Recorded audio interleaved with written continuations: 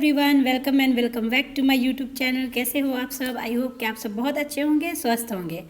आज का वीडियो बहुत इंपॉर्टेंट है सारे स्टूडेंट के लिए जो बीएससी नर्सिंग करने का सोच रहे हैं या जिन्होंने बीएससी नर्सिंग में एडमिशन ले लिया है। क्योंकि आज की इस वीडियो में मैं आप लोगों को कुछ ऐसी मिस्टेक्स के बारे में बताऊंगी जिसको अगर आपने अवॉइड कर लिया तो आपका जो बीएससी नर्सिंग का कोर्स है वो बहुत अच्छा जाएगा, कभी कोई प्रॉब्लम नहीं आएगी और आगे का फ्यूचर भी आपका बहुत अच्छा रहेगा, कभी किसी भी परेशानी का सामना नहीं करना पड़ेगा। तो इसलिए वीडियो को अच्छे से देखना और चैनल पर नए हो तो चैनल को सब्सक्राइब कर लेना। तो चलिए वीडियो को स्टार्ट करते हैं। तो सबसे पहले मैं बात करना चाहूँगी उन स्टूडेंट के बारे में जिन्होंने अभी तक ज्वाइन नहीं किया बीएससी नर्सिंग। ठीक है, तो उनके लिए जो पहला चीज़ है, अपने आप के अंदर कुछ चेंजेस लाने हैं। ठीक है, क्योंकि अगर आपने मन बनाया है कि बीएससी नर्सिंग करना है तो आपको कुछ चेंजेस अपने अंदर तो लानी पड़ेगी। जैसे कि बहुत स्टूडेंट ऐसे होते हैं जो बीएससी नर्सिंग इसलिए ज्वाइन कर लेते हैं क्योंकि उन्हें करना तो एमबीबीएस होता है, बट किसी प्रॉब्लम की वजह से, किसी कारण की वजह से, या उनका सिलेक्शन नहीं होता गवर्नमेंट में, या कुछ भी प्रॉब्लम की वजह से वो उसको एक रिप्लेसमेंट कोर्स समझ के बीएससी नर्सिंग को एडमिशन ले लेते हैं। तो ऐसा आपको बिल्कुल नहीं करना है। अगर आप ऐसा करोगे ना तो आगे चल के आपको बहुत सारी प्रॉब्लम का सामना करना पड़ेगा, क्योंकि ये तो एक नर्सिंग कोर्स है ना। ये खुद ही बहुत बड़ा कोर्स है, एक प्रोफेशनल कोर्स है। ये चीज़ को आपके अंदर बैठाना पड़ेगा। आपको एडमिशन लेने से पहले खुद को रेडी करना पड़ेगा कि ये बीएससी नर्सिंग कोई ऐसा सिंपल सा कोर्स नहीं है, खुद प्रोफेशनल कोर्स है, बहुत ही रिस्पॉन्सिबिलिटी के साथ आता है। तो ये सब चीज़ आपको खुद समझनी पड़ेगी, खुद को मोटिवेट करना पड़ेगा और खुद को रेडी करना पड़ेगा इस कोर्स के लिए। ठीक है, सिर्फ रिप्लेसमेंट कोर्स समझ के एमबीबीएस का एडमिशन नहीं लेना है, खुद को उसके लिए रेडी करके तब बीएससी आपको ज्वाइन करनी है। अब आपने अपने आप को रेडी तो कर लिया है ना, मोटिवेट भी कर लिया है कि अब मुझे नर्सिंग करना है, क्योंकि आपको भी पता है इसके एडवांटेजेस बहुत ज़्यादा है बीएससी नर्सिंग के। तो उसके बाद जैसे ही आप एडमिशन लोगे उसके बाद आपको कुछ चीज़ें हैं जो बहुत अच्छे से आपको ध्यान रखनी पड़ेगी, क्योंकि बहुत सारे स्टूडेंट यहीं पे गलतियां कर देते हैं जिस वजह से इनको कोर्स के समय भी बहुत सारी प्रॉब्लम का सामना करना पड़ता है और आगे चल के फ्यूचर में भी। क्योंकि आप लोगों को पता ही है कि नर्सिंग कुछ ऐसा कोर्स नहीं है कि आप पढ़ाई कर लिए, जॉब कर लिए, बस ख़त्म। ये हर दिन आपको काम आएगा। यहाँ पे जो भी आप पढ़ोगे, सीखोगे, वो हर दिन आपके जॉब में वो काम आएगा ही आएगा। इसलिए आपको शुरुआत यहीं से करनी है ताकि आपको लाइफ में कभी कोई प्रॉब्लम नहीं आए। तो आपने मन बना लिया, आपने एडमिशन ले लिया, उसके बाद क्या करना है? जैसे आपने एडमिशन लिया, आपके लिए पूरा सब कुछ नया होगा, नया इन्वायरमेंट होगा, सब कुछ नया होगा। तो यहाँ पर सेकेंड चीज़ आपको क्या करना है कि शुरू से ही अपना टाइम मैनेजमेंट करना है अच्छे से।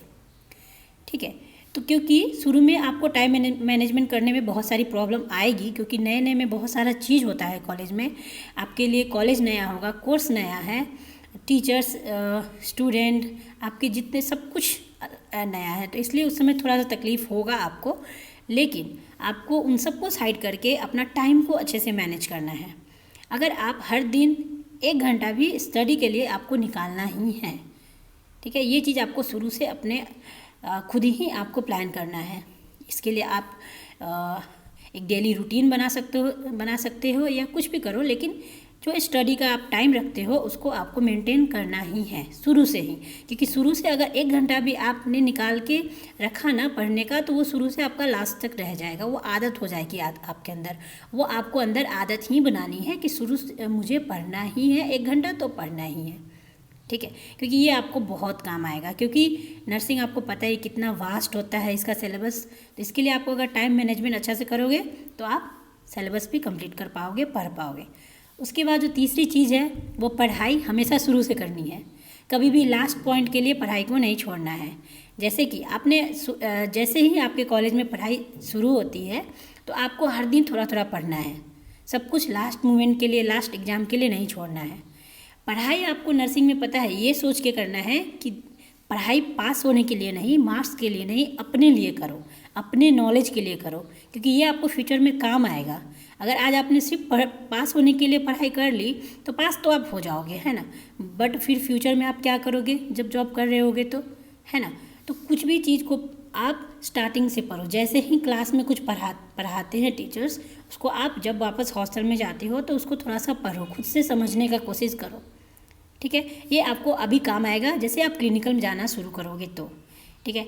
तो आपको पता ही है कि कितना सिलेबस इसका वास्ट होता है ना। इसके लिए आपको कोई भी ये बोले कि लास्ट मोमेंट पे पढ़ के वो पूरा सिलेबस कंप्लीट कर लिया नर्सिंग का, तो ये पॉसिबल ही नहीं है। तो इसको इसलिए आपको शुरू से ही थोड़ा थोड़ा करके पढ़ते रहना है, अपने अंदर वो आदत लानी है, ठीक है। और उसके बाद जैसे ही आपका थ्योरी शुरू होगा तो आपको पढ़ाई करनी है हर दिन थोड़ा थोड़ा। उसके बाद आता है क्लिनिकल। आपको पता ही है कि नर्सिंग हमारे थ्योरी और प्रैक्टिकल दोनों नॉलेज पे बेस्ड है ना। तो उसके लिए आपको अपना क्लिनिकल जैसे ही स्टार्ट होगा तो आपके अंदर ऐसा बिल्कुल नहीं आना चाहिए कि आप एक बीएससी नर्सिंग के स्टूडेंट हो। जब आप हॉस्पिटल में जाते हो तो आपको आपके लिए ये जो है ना एएनएम जीएनएम बीएससी सारे बराबर हैं। वहाँ पे आपको हर काम सिखाया जाएगा और आपको सीखनी है। वहाँ पे बिल्कुल अपने अंदर ये नहीं लाना है कि आप तो बीएससी हो, आपके सिलेबस में ये चीज़ नहीं है तो आप क्यों करोगे, ऐसा बिल्कुल अपने अंदर नहीं लाना। वहाँ के स्टाफ्स का, अपने सीनियर का, अपने टीचर का हमेशा बात को फॉलो करना है, ठीक है। और क्लिनिकल जितना अच्छा से करोगे उतना ही काम आएगा। बहुत स्टूडेंट का मैंने सुना भी है अपने टाइम पे भी कि उन्हें तो एमएससी करना है तो वो उतना क्लिनिकल में इन्वॉल्व नहीं होते हैं, लेकिन देखो ये गलत है। अगर आप एमएससी भी करोगे, बाद में जाके टीचर भी बनोगे, तो आप अपने स्टूडेंट को क्या सिखाओगे? आपको अच्छे से खुद नॉलेज होगा तभी तो आप सिखाओगे। और देखो कोई भी चीज़ थ्योरी पढ़ के सिर्फ आपको नॉलेज नहीं आएगी, है ना। उसको जब आप थ्योरी आपके टीचर ने जो पढ़ाया उसको आपने खुद थोड़ा सा पढ़ा, है ना, फिर आपने जब क्लिनिकल में आया और उसको आप रिलेट करोगे ना, खुद चीज़ को करोगे, उसको रिलेट करोगे, तो वो आपके लिए बहुत हेल्पफुल होगी। क्योंकि वो चीज़ ना आपके दिमाग में खुद ऑटोमेटिक वो बैठ जाएगी कि हाँ ये चीज़ ऐसा होता है, आपको अच्छे से समझ में आ जाएगा, ठीक है। क्योंकि जो चीज़ हम करते हैं वो हमें ज़्यादा याद रहता है, सिर्फ पढ़ने से नहीं। अगर आप करके चीज़ को सीखोगे तो आपके लिए ज़्यादा हेल्पफुल रहेगी हमेशा के लिए, है ना। बट क्लिनिकल में जब भी आप काम करने जाओ तो एक बात का बहुत ध्यान रखना कि वहाँ पे बहुत सारे स्टाफ ऐसे होंगे जो आपकी हेल्प करेंगे, करते ही हैं, मैक्सिमम सब करते हैं। बट कोई ऐसा है जो कि आपको थोड़ा सा मतलब डिमोटिवेट भी करेंगे, पर उस सब चीज़ों को अपने अंदर नहीं आने देना है, दिल पे नहीं लेना है कभी इन सब सारे चीज़ों को, ठीक है। आप एक स्टूडेंट हो, वहाँ पे आपको सीखना है और आपको सिखाने के लिए ही कोई कुछ बोल रहा है, बस इतना ही सोचना है, आपको मोटिवेट रखना है। क्योंकि मैंने शुरू में ही बोला है कि आपको अपने मेंटली आपको रेडी होके आना है बीएससी नर्सिंग में कि आपको करना है, चाहे जितनी भी प्रॉब्लम है करना है। तो जब आप थ्योरी अच्छे से पढ़े रहोगे, खुद से समझे रहोगे ना, तो आप क्लिनिकल में जैसे जाओगे ना, वहाँ पे चीज़ें जब करोगे, देखोगे, सबको रिलेट कर पाओगे, तो अपने आप चीज़ों को समझने लगोगे। और जब एग्ज़ाम्स आएगी ना तो आपको रटने का बिल्कुल भी ज़रूरत नहीं पड़ेगा। सो नेक्स्ट यही है कि जो लोग रटते हैं ना, वो ऐसा नहीं करना है आपको नर्सिंग में, ठीक है। चीज़ों को समझ के पढ़ना है। उसके लिए क्या करना है कि आप जैसे ही टीचर पढ़ाए, आपको हॉस्टल में जाके थोड़ी सी आप खुद से पढ़नी है। फिर क्लिनिकल में जब आओ तो आप उसको रिलेट करो। जब आप काम को करोगे तो आप रिलेट कर पाओगे, अच्छा टीचर ने ऐसा बताया था, मैंने ऐसा पढ़ा था, तो आपको समझ में आ जाएगा, है ना। क्योंकि आप अपने लाइव एग्जाम्पल देख रहे हो, सामने में आप कर रहे हो, तो वो आपको एग्ज़ाम के समय रटने का बिल्कुल भी ज़रूरत नहीं पड़ेगा। क्योंकि आपको भी पता है अगर ऐसा याद करके एग्ज़ाम में लिखते हैं तो वो चीज़ें भूल जाते हैं, है ना। उसके बाद जो आप जब भी क्लिनिकल में जाओ, आपसे अगर छोटी से छोटी भी कुछ गलती हो जाती है तो उसको एक्सेप्ट करना, भागना नहीं उससे। क्लिनिकल ड्यूटी से भागना है ना, क्लिनिकल में हुई कोई भी गलती से भागना है। हमेशा अपनी गलती को एक्सेप्ट करना है। जो भी स्टाफ के ऊपर आपको भरोसा है उसे शेयर करो, अपने टीचर के साथ शेयर करो, बताओ, ताकि वो टीचर आपकी हेल्प कर पाए, ठीक है। हमेशा अपने टीचर के साथ फ्रेंड जैसा रिलेशन बना के रखो, ताकि अपने टीचर को बताओ तो वो आपकी हेल्प करे। छुपाना नहीं है कुछ भी यहाँ पे, ठीक है। और नेक्स्ट यही है कि आपको हमेशा दूसरों से हेल्प लेनी है। कभी भी आप ये मत समझो कि मतलब डरो मत किसी से हेल्प लेने के लिए। मतलब जब भी आप क्लिनिकल में जाते हो, वहाँ पे आपके फ्रेंड्स रहे या ना रहे, या वहाँ पे स्टाफ जरूर रहेंगे, उन पे जिन पे भी आपको ट्रस्ट है उनसे आप अपनी प्रॉब्लम शेयर करो। आपसे कुछ गलती हो गई है उसको एक्सेप्ट करो, उनको बताओ। क्योंकि देखो आपकी एक छोटी सी गलती की वजह से किसी का लाइफ पे असर पड़ सकता है, तो इसलिए आप कुछ भी ऐसा मिस्टेक्स नहीं करना है ताकि किसी के लाइफ पे कुछ गलती आए, ठीक है। तो इसलिए अपनी चीज़ों को एक्सेप्ट भी करो, मिस्टेक्स को, और शेयर भी करो। और अगर आपको लगता है कि कोई भी स्टाफ आपकी हेल्प नहीं करेगा तो आप अपनी टीचर से हेल्प मांग सकते हो। हमेशा हेल्प मांगो, ठीक है, चीज़ों को छुपाओ नहीं।